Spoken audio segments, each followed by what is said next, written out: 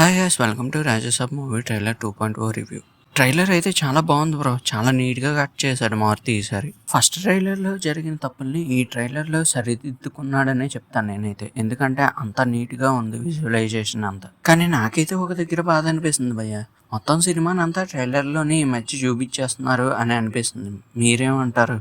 ఇంకా ట్రైలర్ విషయానికి వస్తే ముందుగానే చెప్పినట్టు ట్రైలర్ అయితే చాలా బాగుంది భయ్య. ప్రభాస్ని కొన్ని షాట్లలో మారుతి పీక్స్లో చూపించాడు. ట్రైలర్లో ఇంకో విషయం ఏంటంటే ఈసారి ఎక్కడ హీరోయిన్స్ని అయితే చూపించలేదు మారుతి. అంతేకాకుండా ప్రభాస్ని ఒక రేంజ్లో చూపించడానికి ఈ ట్రైలర్ అన్నట్టుగా అయితే ఉంది. నాకు ట్రైలర్లో బాగా నచ్చిన విషయం ఏంటంటే విజువల్స్ CGI ఒక ఎత్తులా ఉన్నాయి. లాస్ట్లో ప్రభాస్ని జాగర్ షాట్లో చూపించడం పీక్స్లో అనిపించింది నాకైతే. ఎందుకంటే ఆ గెటప్లో చాలా క్రూయల్గా అయితే కనిపించాడు ప్రభాస్.